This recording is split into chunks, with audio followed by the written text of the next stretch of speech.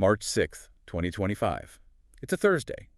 And if you look at the calendar, it just seems like another day in early spring. It's just another day. But for one family in South Riding, Virginia, this specific date, it marks a fracturing of reality. It's the line between before and after. And the setting for this fracture is really important. We aren't in Virginia anymore. We're in the Dominican Republic. Specifically at the Hotel Rio Republica. Right, on Arena Gorda Beach in Punta Cana. I think we need to set the scene here because the geography, the actual place, it matters a lot. This isn't some small, quiet little hotel. No, not at all. The Rio Republica is massive. It's an adults-only, all-inclusive resort. And it's designed for volume. It's designed for noise, for escape. Thousands of people, many of them college students from the United States, flocking there for spring break every single year. It's kind of manufactured paradise. It is. It's a very controlled environment. You have security perimeters, you have the wristbands, staff everywhere, but it sits right on the edge of something that you just can't control. The Atlantic Ocean. Exactly. And that boundary, that line where the resort lights end and the dark water begins, that is where our entire narrative is centered. We are, of course, discussing the disappearance of Sudiksha Konanki. She was a 20-year-old student at the University of Pittsburgh. She went on this trip with friends. It's a rite of passage that thousands of students do every year. And she simply did not come back. And this case is distinct. Usually with missing persons cases, they follow a pretty standard path. There's a search, rescue, recovery effort. A procedure. A procedure. But this case, it deviated almost immediately. It isn't just a mystery about one missing person. It's really a case study in what happens when three very different, very powerful forces collide. Okay, what are those forces? Well, first, you have the biography of this high-achieving American student. That's number one. Right. Then force number two is the chaotic and frankly often contradictory timeline of a night out that went terribly wrong. And the third is the rigid, almost unmovable bureaucratic wall of the Dominican legal system. It sounds like it creates a situation where the family is fighting on multiple fronts at the same time. That's exactly it. They're fighting the grief of the loss, obviously, but they're also fighting for the truth of what happened in that timeline, and they're fighting a legal code that was written, centuries ago. So our mission here is to walk through this as methodically as we possibly can. We're going to piece together the biography of Sudiksha to really understand who she was before she ever got on that plane. Then we'll reconstruct the timeline of her last known hours. And I mean minute by minute, because the details here are everything. And then finally, we have to unpack the international legal aftermath, the situation her parents are still navigating. Yeah, and we need to be very precise. We're dealing with surveillance timestamps, witness statements, specific articles of the Civil Code. It's so important to strip away the rumor and the social media noise and just look at the actual documentation. Let's start with the person, though. Who is Sudiksha Konanki? Because in stories like this, the headlines, they so often reduce a human being to a label, missing student. Right. But she was so much more than that. She was born on December 13, 2004, in India. Her origin story begins there, but you're right. Her formation, her upbringing is entirely American. She became a permanent U.S. resident in 2006. So she would have been about, 2 years old? Roughly, yes. Just 2. So for all intents and purposes, she's a product of the Virginia suburbs. She grew up in South Riding. Her parents, Subaru and Sridevi Konanki, they built a life for their family there. And if you look at the trajectory of her life, from childhood all the way through her teenage years, there's one word that just keeps coming up in the source material. Focused. Focused. The data absolutely supports that. This was not a student who was just drifting through the system. No. And the proof is in her education. She attended Thomas Jefferson High School for Science and Technology. Now, I really want to pause on this for a second. Because if you're listening to this and you aren't from, say, the D.C. metro area or Northern Virginia, right, that name, Thomas Jefferson High School, it might just sound like a standard public school. A good one? Maybe. But still just a school. It is significantly more than that. The context here is vital. So what are we talking about? Thomas Jefferson, it's usually just called TJ. And TJ is consistently ranked as the #1 or #2 high school in the entire United States. The entire country? The entire country. It's a magnet school. And it is famous for just extreme academic rigor. Particularly in STEM, right? Science, technology, engineering, and math. Exactly. I mean, I've read about the admissions process. It's notoriously brutal. It's incredibly competitive. You have kids who are preparing for years just to get a seat in that freshman class. So this is not your typical high school experience. Not at all. The students who go there are generally subjected to a workload that rivals, or in some cases even exceeds, what you'd see at a university level. What does that mean practically? They're dealing with advanced calculus, high-level computer science. They're doing independent research projects when they're 16, 17 years old. So just by knowing she went there, we can infer a tremendous amount about her personality. Absolutely. It tells us she was disciplined, highly intelligent. It tells us she was accustomed to a high-pressure environment. She was probably the kind of person who managed her time down to the minute. It suggests a very high level of personal agency and future orientation. You don't survive a school like TJ by being reckless or disorganized. You survive it by planning. And that focus, that planning, it continued right into her university years. At the time of her disappearance, she was a student at the University of Pittsburgh. She wasn't an undecided major. She wasn't, figuring it out. She was pre-med. She was studying biology and chemistry. Right. A very clear, very difficult career path toward medicine. You could almost see the next decade of her life mapped out. Medical school, residency, a career. This is someone who had a lot to lose and a very clear vision of where she was going in life.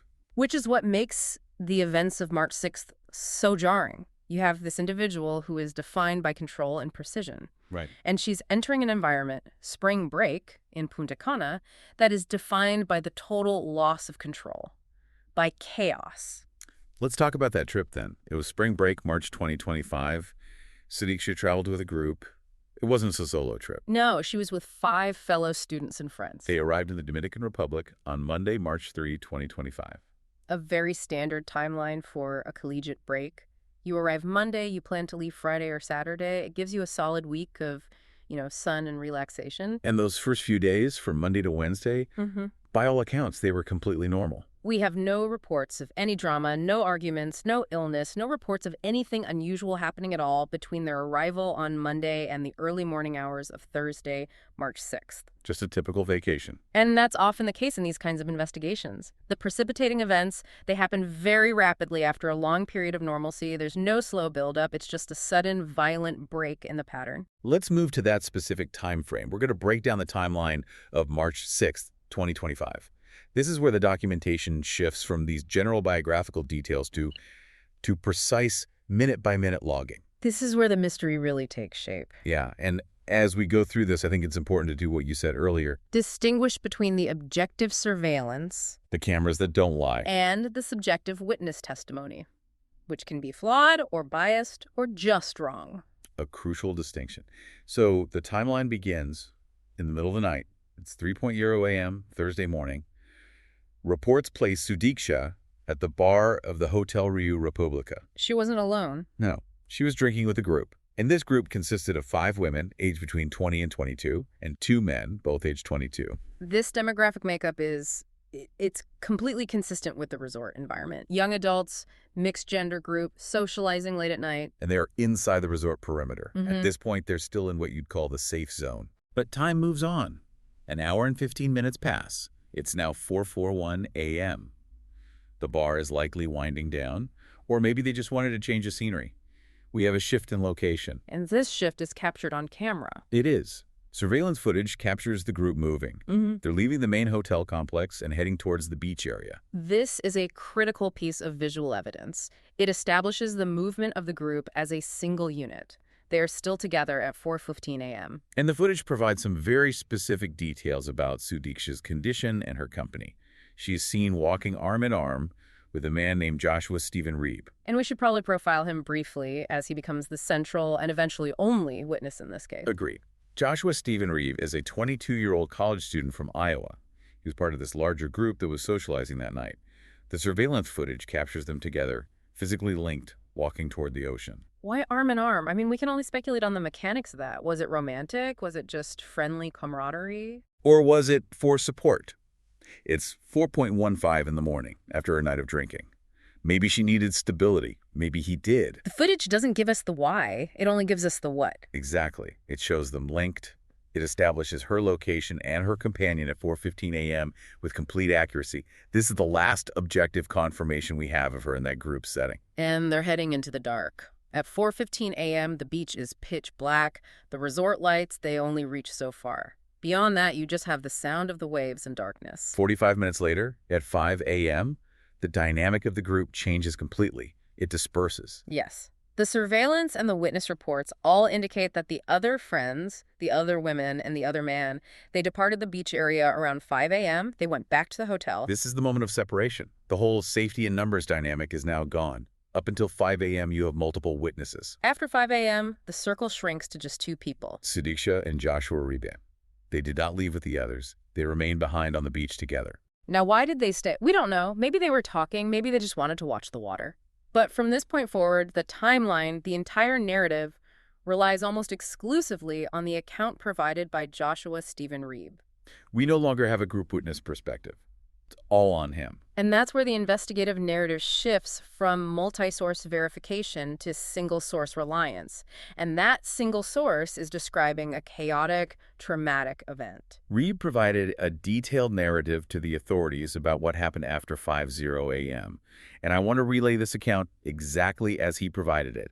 We have to be impartial here. This is his version of events. Proceed with the details. Reeb claimed that while they were on the beach, after everyone else had left, a wave swept them out to sea. Okay, now we have to consider the environment. It's dark. The ocean is unpredictable. If they were close to the waterline, a rogue wave or a sudden surges, it's physically possible. He stated that he then attempted to rescue her. His account includes a very specific visual memory. He claimed he saw her walking in knee-deep water. That phrase, knee-deep, it's deceptive. In the ocean, knee-deep can become chest-deep or over-your-head-deep in a matter of seconds, especially if there's a sudden drop-off or a strong undertow. And especially if you're disoriented or have been drinking. Exactly. Uribe then described a violent physical reaction on his part. He reported that he had swallowed a significant amount of seawater during this incident. Swallowing seawater is debilitating. It triggers a violent biological response in the body. He said he subsequently vomited. And he stated that at some point during this, he asked Sudiksha if she was okay. However, he claimed he was unable to hear a response from her. And he attributed this inability to hear her to his own physical state. You know, the vomiting, the distress of swallowing water, plus the noise of the ocean, the biological panic. It creates a kind of sensory overload. So the claim is that his own physical incapacity prevented any communication at that critical moment.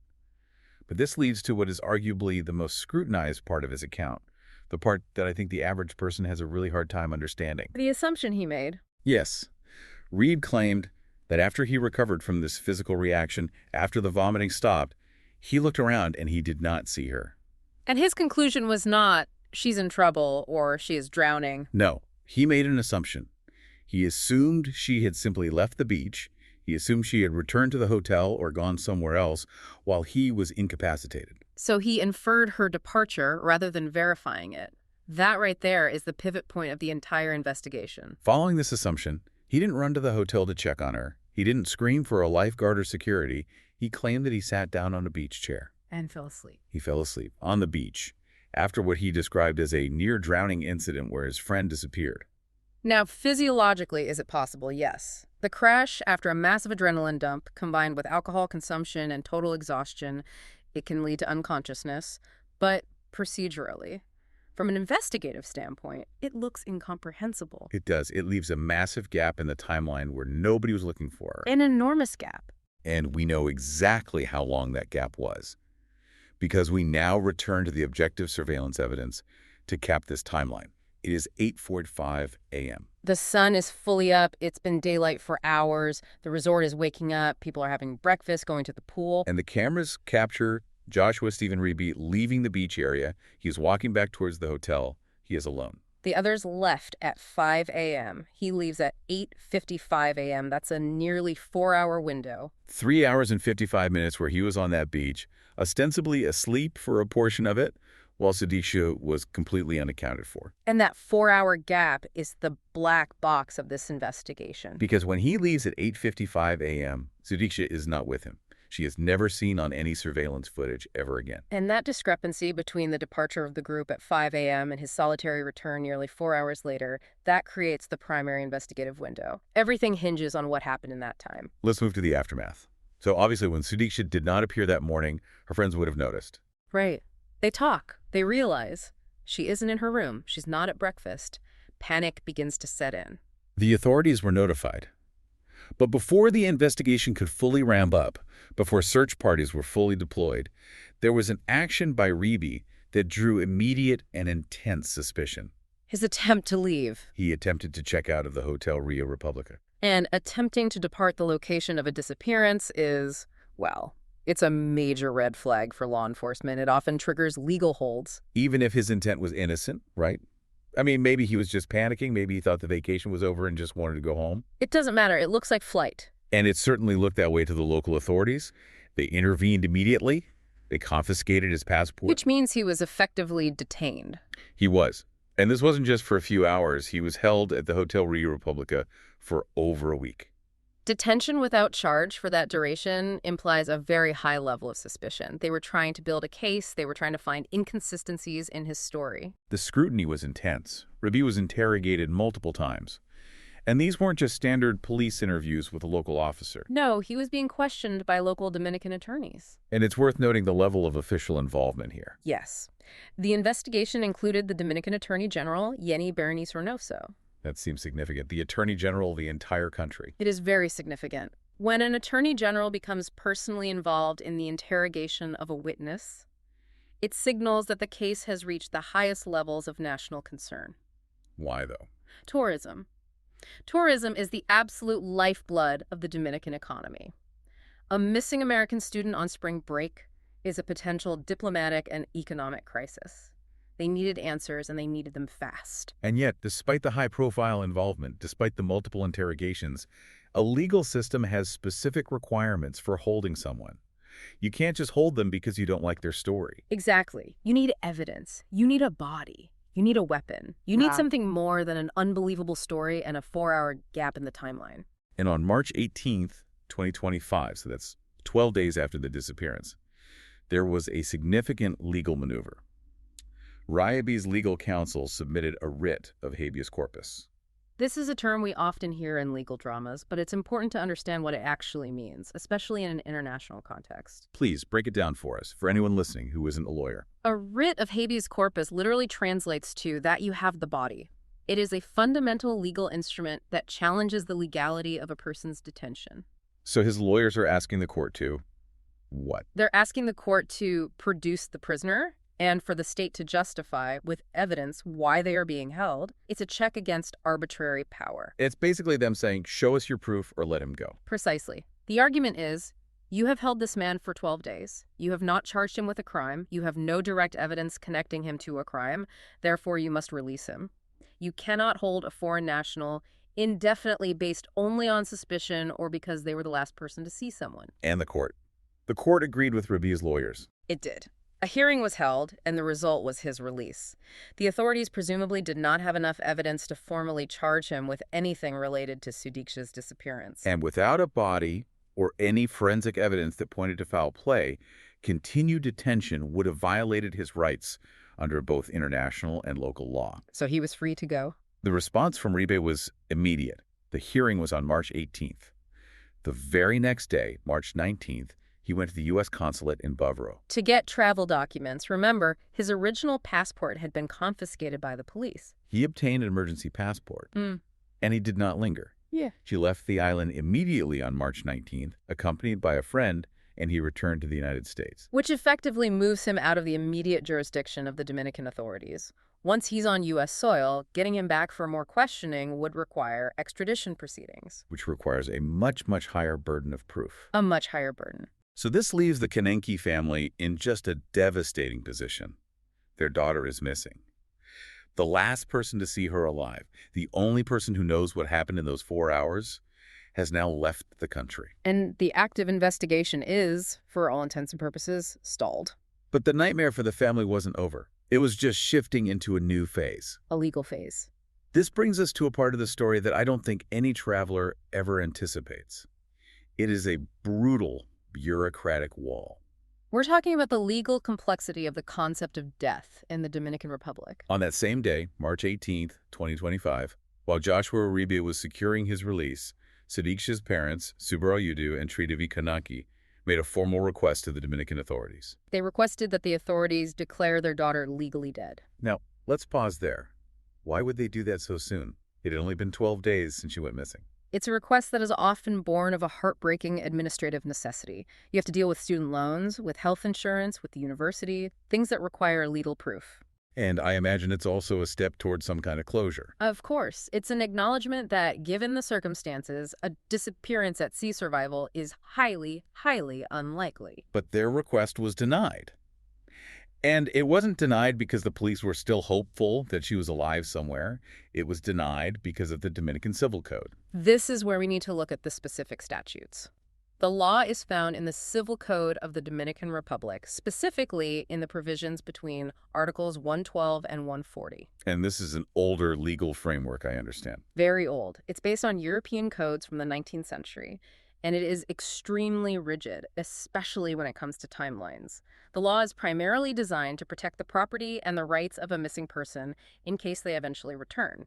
It operates on the assumption that missing does not equal dead. So why was the parents' request impossible for them to grant? There are a few key components. First, there's the concept of legal absence. You can't just declare someone dead because they're missing.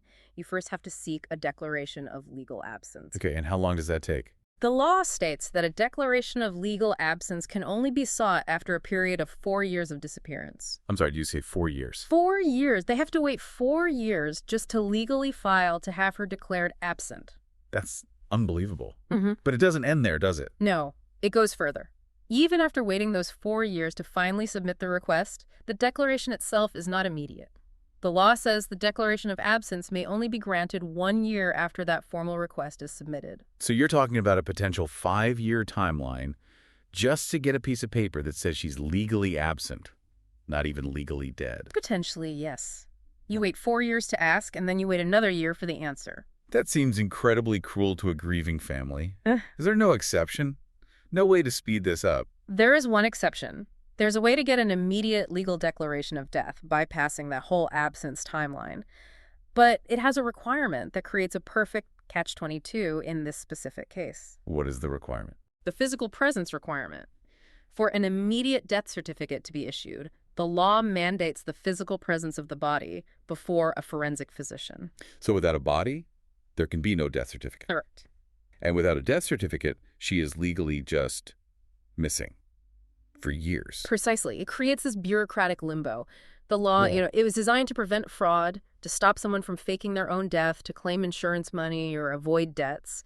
But in a case like this, where a family is grieving and all evidence suggests a fatality at sea, the law acts as a barrier to closure. The parents are trapped by the very code that was meant to protect their daughter's rights. They are. They're stuck in a holding pattern that could last half a decade. So they can't bring her home physically because her body hasn't been found, and they can't bring her home legally because the law won't allow it. They are effectively paused in time. And as if that weren't enough to deal with, in the modern era, no tragedy like this happens in a vacuum. It happens online. The digital aftermath.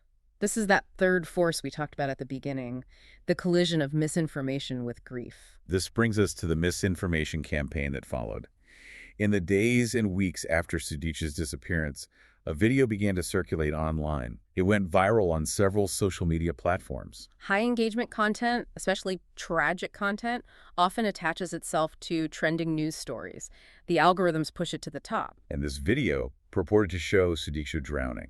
It showed a woman struggling in the water and a man trying to save her. You can just imagine the profound distress this caused. Awful. People thinking they're watching the actual final moments of this young woman. Friends, family, even strangers sending it to the parents. It creates a false narrative. It gives false hope to some who think, look, someone saw her. And it creates this deep false trauma for those who think they're watching her die. But it was debunked. It was. Agence France Presse, AFP, conducted a thorough verification process. Digital forensics. They traced the source of the video file. And they determined that the video was not from Punta Cana. It wasn't even from 2025. It was filmed at Riviera Beach in Sochi, Russia. A completely different country, a different ocean, a different year. And the people in the video, they were not Sudiksha and Riba. They were a completely different man and woman, totally unrelated to the Punta Cana case. This is a recurring and unfortunate pattern. When a missing person case gains international attention, unrelated footage of distress or accidents is often repackaged and redistributed by bad actors just to harvest views and clicks. And it complicates the public's understanding of the facts. It forces investigators to spend valuable time and resources debunking false leads instead of actually searching for the truth. And it forces the family to relive the trauma over and over and over again with every new notification, every new message from a well-meaning stranger. It is a form of digital cruelty. So let's summarize where we stand now. We're looking at the status of this case based on all the source material. It has been some time since the event. And the recap is stark. It's very bleak. Sudiksha Konanki remains missing. There has been no physical recovery of any kind. The ocean has kept its secrets. Joshua Stephen Rive has returned to the United States. He is no longer detained in the Dominican Republic. He has provided his account, and legally, he was cleared to leave. He is out of the reach of the immediate investigation unless significant new evidence surfaces. And the family, Subrayudu and Sridevi Konanki, they remain stuck. They're stuck in the emotional pain of the loss, and they're stuck in that legal limbo regarding the death declaration because of the Dominican Civil Code. They're facing a multi-year wait for any kind of legal resolution in the Dominican Republic. It is worth reiterating the specific details, just for the record. For anyone listening who might still be following the search efforts or who keeps track of these cases, Sudiksha was 20 years old at the time of her disappearance.